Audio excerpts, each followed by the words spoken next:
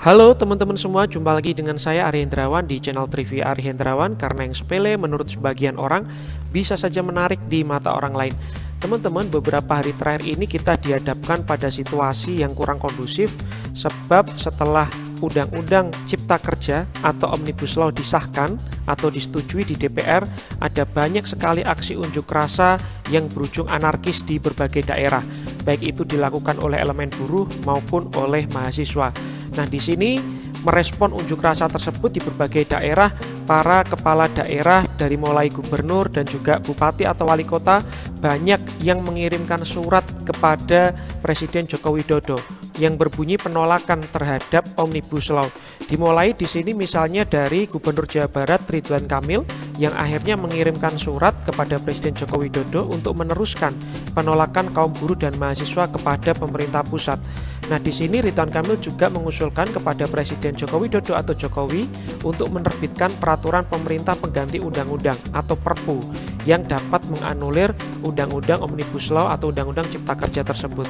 Selanjutnya di sini juga ada Gubernur DIY Yogyakarta yakni Sri Sultan Hamengkubuwono ke-10 yang juga bersikap serupa dengan berjanji akan meneruskan atau menyampaikan penolakan buruh kepada pemerintah pusat terhadap Omnibus Law atau Undang-Undang Cipta Kerja. Selanjutnya yang juga sama adalah Gubernur Kalimantan Barat yakni Sutar-Miji yang bersikap serupa seperti halnya Ridwan Kamil dan juga Sri Sultan Hamengkubuwono ke-10. Lewat akun Facebook pribadinya, Bang Miji berharap tidak ada lagi demonstrasi di Kalimantan Barat terkait Undang-Undang Cipta Kerja. Oleh karena itu, beliau memohon kepada Presiden Jokowi untuk secepatnya mengeluarkan Perpu yang menyatakan mencabut Omnibus Law atau Undang-Undang Cipta Kerja tersebut. Nah, di sini Gubernur Sumatera Barat yakni Iwan Prayitno juga bersikap sama dengan 3 gubernur sebelumnya yang setuju dengan aspirasi para pendemo. Dan beliau Irwan pun mengeluarkan surat yang berisi bahwa pemerintah provinsi Sumatera Barat akan meneruskan aspirasi serikat pekerja atau buruh yang menolak disahkannya Undang-Undang Cipta Kerja. Di samping itu, pada Kamis 8 Oktober malam, Gubernur DKI Jakarta Anies Rashid Baswedan yang berdialog dengan para pendemo juga akan berjanji meneruskan aspirasi terkait penolakan Omnibus Law kepada pemerintah pusat. Kemudian teman-teman, selain para gubernur tadi, di sini juga ada sebelumnya para bupati maupun wali kota yang telah mengirimkan surat atau menyatakan penolakan terhadap Undang-Undang Cipta Kerja atau Omnibus Law. Misalnya di sini dari mulai Bupati Bandung Barat, kemudian Bupati Bandung, selanjutnya Wali Kota Sukabumi, Bupati Subang, Bupati Garut, Bupati Tegal, Bupati 50 Kota, kemudian Wali Kota Malang, serta beberapa pimpinan DPRD lainnya. Berikutnya teman-teman, yang tidak kalah menarik adalah ternyata surat penolakan tidak hanya datang dari elemen eksekutif, tetapi di sini juga ada dari para investor global yang menyurati Presiden Joko Widodo karena prihatin Omnibus Law atau Undang-Undang Cipta Kerja disahkan. Di sini bisa teman-teman lihat bahwa ada 35 investor yang mengungkapkan keprihatinan mereka lewat sebuah surat terbuka yang ditujukan kepada pemerintah Indonesia. Sebanyak 35 investor global itu mengelola dana hingga mencapai 4,1 triliun US dollar.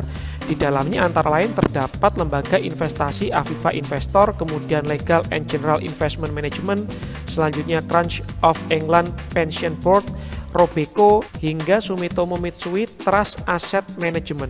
Nah, di sini mereka menyatakan tentang dampak negatif dari langkah-langkah perlindungan lingkungan yang dipengaruhi oleh Omnibus Law Cipta Kerja. Jadi pada dasarnya apa yang menjadi isi surat mereka adalah rasa kekhawatiran jika pengesahan RUU Cipta Kerja atau Omnibus Law ini akan menimbulkan dampak ekologis yang buruk. Selanjutnya masih ada lagi yang juga ikut mengirimkan surat kepada Presiden Joko Widodo adalah dari Federasi Serikat Buruh Internasional yang menolak Undang-Undang Cipta Kerja atau Omnibus Law. Di sini The Council of Global Union, Federasi Serikat Buruh Internasional, mengirimkan surat ke Presiden Joko Widodo yang isinya menolak Undang-Undang Cipta Kerja. Mereka menyebut bahwa Undang-Undang Cipta Kerja lebih mengutamakan kepentingan investor ketimbang kepentingan masyarakat, buruh, dan juga lingkungan hidup. Kemudian pasti muncul pertanyaan dari teman-teman, bagaimana sih Undang-Undang Cipta Kerja atau Omnibus Law ini bisa dibatalkan? Nah, ada beberapa penjelasan dari pakar hukum di sini. Yang pertama adalah dari pakar hukum tata negara, yaitu Margarito Kamis, yang mengatakan bahwa Undang-Undang Cipta Kerja bisa dibatalkan dengan cara digugat ke Mahkamah Konstitusi lewat mekanisme judicial review.